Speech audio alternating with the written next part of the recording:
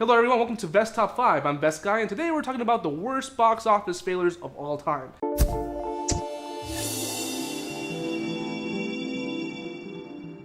There's a lot of out there, and by that I mean turkeys, and today we're going to be mentioning the worst turkeys of all time.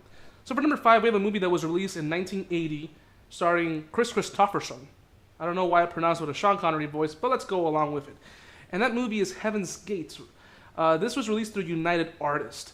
This movie was such a failure that it actually put United Artists in bankruptcy.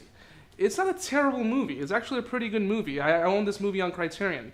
And the problem with the movie is that it's too long.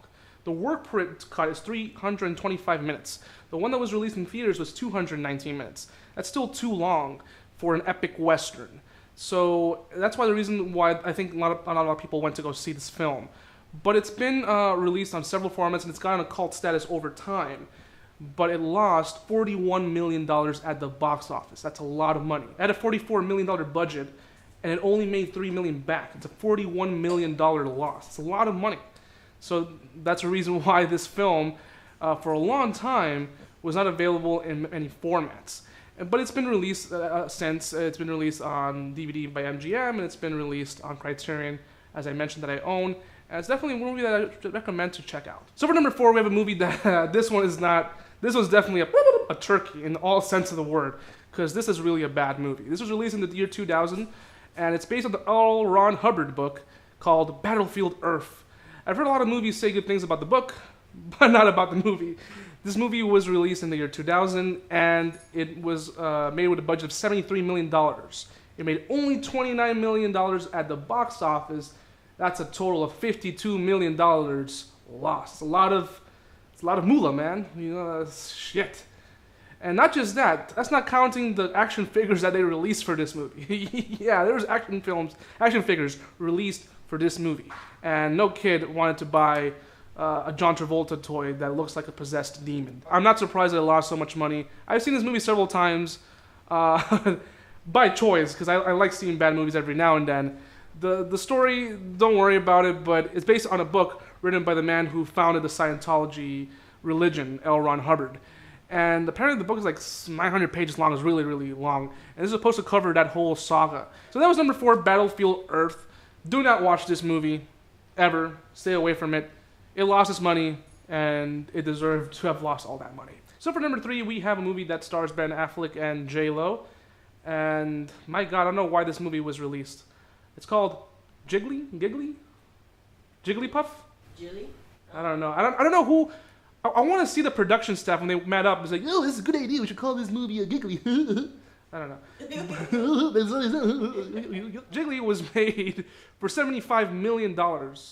Why did this movie get a budget of $75 million? Where did it go to? To J-Lo's butt? I don't know.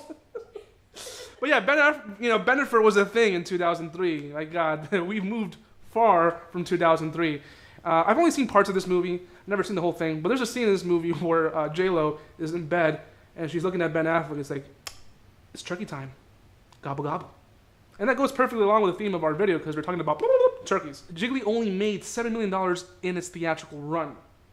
That's a loss. That's a loss of $68 million. And it's well worth it that they lost all that money, because from what I've seen, this movie is trash. And for some reason, Christopher Walken appears in this movie. Christopher Walken does anything. He's admitted, like he said in interviews, like, I'll do anything.